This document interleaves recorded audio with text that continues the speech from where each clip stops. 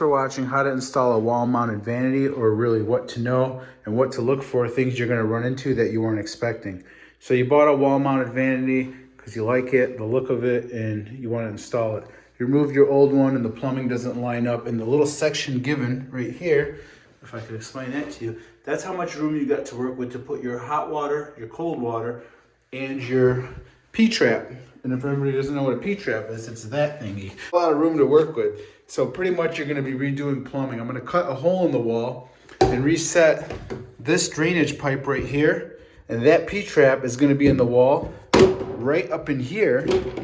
This sucker, which is 1.5 inches, maybe 2 inches total on the outer diameter. And then your hot and cold is gonna have to be all up in here because that's how much room you got. You can't, this is the drawer shutting. That's what these are right here. You see that little notch out? That's the drawer shutting right here, and that's how much room you got to work with. So this one that I got, if the plumbing was like that, touching the wall, then I'd be fine. But I'm gonna cut this open, reset the pipes, and get it all to fit in there and put it in. What I've done is put some boxes down, and I got it to the height I wanted, which I think was 57 inches, but you could set it wherever you want. I'm doing 57 inches right here, and the countertop is about 1 inch, so that's gonna go about 1 inch. I'll do the backsplash in the same seashell design there and trim it out with the black Schluter aluminum trim. So this will look real good with the bathroom. If you guys wanna get some ideas, I'm remodeling a bathroom over here. Got some pendant lights off Wayfair. 2x12s, and I ripped them down on the edge, so I made them square. And I stained them with dark walnut and hung those on the wall with lag bolts in the wall and screws in on the studs that are in the wall here. If you guys want to learn how to do this crap or copy whatever I'm doing, the ideas. Got a rainfall water here, and then got the hand sprayer. But back to the video, what this is about, what you're going to run into with the wall-mounted vanity. And the biggest thing is squaring it off, making sure it's level. Make sure you got a level if you don't own one of these. That sucker's got to be level or it's going to look crooked. So that's one thing. Set it to where you want it. I've taken a pen and I drew the outer perimeter. Make sure to find the studs. The reason I placed it here and kept a gap in the wall, I didn't really want it touching the wall because I had a 42 inch here before that, and this time we're going with a 36. So there's a stud in the wall here. Use a drill, little drill right here to find the stud. You could also knock or use a stud finder. So mine is exactly right here. At every 16 inches, you should have a stud. So I don't want to move this, but I drilled holes in the wall and found exactly where the stud is. It's about 1.5 inches is what a 2-inch 2x4 is. Let me go and find you guys one of these. Well, this ain't a 2x4, but the side of it is the thickness of what you got inside of your wall. So you got to hit pretty much the center. You could be a little to the left, but make sure you don't do it like on the line. That's not going to be supported if a kid tries to climb up on this thing. So I got 16 inches. Let me show you guys real quick. Right here. So that hole right there, where am I over here? That hole right there is where the stud is. And I've already used a drill to mark this. And then over here, I got 16 inches over here. I'm going to add another lag bolt right in here. You can see that drywall screw when they built the home. The reason there's a drywall screw there is because that drywall is being held up by these screws here. And every so often, there's one about every 12 inches up and down the wall. So I know there's a stud there. So I placed it here, so 16 inches, I'm gonna put a lag bolt in there, about a 5-inch one. Oh, another thing is, don't trust the equipment they give you to hang a wall-mounted vanity, because if somebody climbs up there, this thing's gonna collapse, and your water lines aren't gonna hold up. They'll break, you'll have a big mess with water. So if you wanna make sure it can be heavy duty, that's why you see all this liquid nails I put on here. Look at that. You guys see what I've done over here. So got the liquid nails and creamed it just to make sure this thing is solid. I even did it on the backside. But I only do it where nobody's gonna see. Like even with the cabinetry right here on the backside, you guys don't have to do this, but it makes it so much more solid. And you're dealing with a wall-mounted vanity. And you know one day somebody might try to climb on this thing. So lag bolt here, 5-inch lag bolt right there, 5-inch lag bolt right here, and over here with washers, of course. So this is the main brace for it. I may use liquid nails on the wall. I'm pretty sure I'm gonna. Liquid nails on the wall right here on the inside where nobody will see, just for extra support. So that's about what you're gonna run into with a wall-mounted vanity. It's a little bit of a headache, so if you're not crafty, I wouldn't take it on. The biggest downfall of these things is the drawer that you have no room to work with. I mean, Look at that. It's ridiculous. So, all right, I'll keep taking a video as I continue on with this thing and try to think of other things you guys could run into. Again, I got this on Amazon. It was $229 and $60 shipping, which is on the lower end of the wall-mounted vanities. But so 300 bucks delivered. It's got the resin top. It's about 3/4 of an inch. I'll put that in the video as you keep watching. It looks real nice. If you make it sturdy like I did with liquid nails, I think you're going to be okay. But if not, it'll be wobbly. Didn't really find any problem. Oh, it took about 2 hours to assemble this thing because it was in 100 pieces, or maybe 500 with the screws included. But here we go. We're going to keep going. There's a lot of square footage in there. I'll go around here to show you guys. Maybe you guys can do this to your home. So all up in here, where we're remodeling the basement, this is all dead space. I don't know why they did that.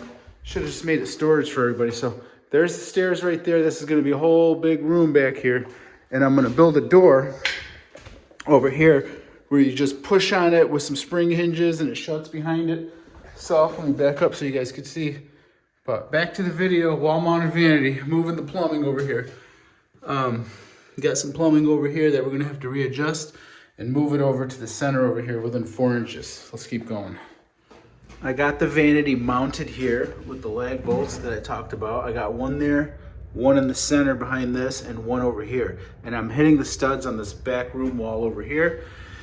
And we're gonna make sure with a wall mounted vanity, I talked about the tight space you have, my P-trap is gonna have to come in the center. So this is not, the countertop is not mounted on. It's dry laid, so I could know where to place this P-trap right here, right in the center, which happens to be right where that 2x4 is. So I'm gonna cut that out, but I can't just cut it because those are support beams. I'm gonna go back in here. This is a dead space that was here, but I'm gonna fill it in. I think I talked about that in the video. So I'm putting these support blockings in. I think they call them blocking. So I'm gonna put those in so it's supported on the bottom. I'm gonna do one up on top around these pipes here, and then I'll be able to cut this out, but I'll put some triangles in here to make sure that this doesn't collapse. But I believe I'm in a basement, and these aren't really support beams. It's only for the drywall. It's not holding up the house like these are. I think they call them footers, headers and footers and whatnot. When you see 3 or 4 of those together, you cut those up, you're gonna have some sagging stairs or something's gonna be going on. So don't mess with support beams that hold your house up.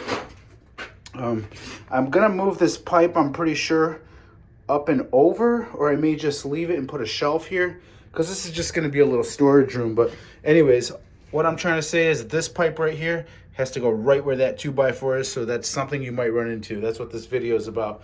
You got hot and cold. Hot is always on the left side facing your vanity, and the cold is on the right side. So this will be cold, this will be hot over here. I'm gonna cut those off, put some, I'm gonna convert over to PEX on these. I could probably show you guys that stuff for people who don't know this stuff. Wherever I've left these over here in the Menards bag over here. So I got these right here, and you see how there's CPVC in here, and then there's copper on the outside, but it's PEX for crimping. This is a crimping tool. I'll go over this quickly. That's not what this video is really about, but this is a crimping tool. They got elbows if needed, and there's crimping rings, which I'm gonna show you. That's an elbow.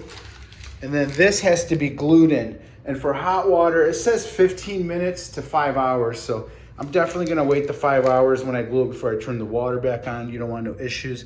Make sure to wait the sufficient time. I got PEX rings. Piping, so you slide that over if you're gonna be doing this. Slide the ring over, crimp it on. Make sure to check for leaks and move on. So that's it. So this is what you might run into on installing a vanity. All right, there's those PEX rings that I was talking about. Look like little rings, and you crimp them from the end right here. You see how that looks?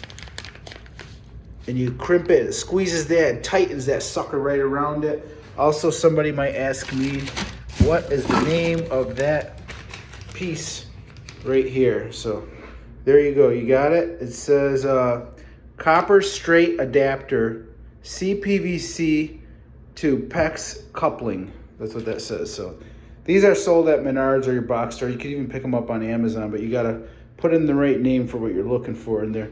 Make it quick and easy if you use the glue and glue it up. Also, you got to use a CPVC glue. I should have put that in there. And that's an orange glue. There it is right here, guys. That's what you want to use right there. Make sure it says CPVC. Because if you get one that just says PVC, then it will not be gluing your CPVC pipe. And this is PVC pipe. This is for drainage. And it's the white stuff. This one has a slightly a yellow tint to it, but it's not my favorite thing that's in my house because it gets brittle after so many years. It says it's good for 50 years, but if you bump them or something after they get older, they can shatter. Copper's the best way to go, guys. PEX, this is probably second. Hopefully I'll be dead by the time I need to replace these. You know what I'm saying? I got the plumbing all done. CPVC connector to PEX, hot and cold. Over here, you guys can see, I'm just showing you how it's set up. Shut offs, make sure that the drawer is gonna be able to shut. Give enough distance, that way you don't want this bouncing out. I'm gonna secure all this when this is all done. Letting it dry, I got 4 more hours. Gotta wait 5 hours for the hot water, but only about 15 minutes for the cold water. But just to be safe, there's not a leak. That's what the orange CPVC cement says on the label, so. That one I still don't understand why it takes so long. That's the crimp tool right here. That crimps these little metal rings onto here, and you just cut the PEX piping with that thing. Real easy, guys. Measuring tape, elbows right here, plastic elbows, and secure it down. Easy to do.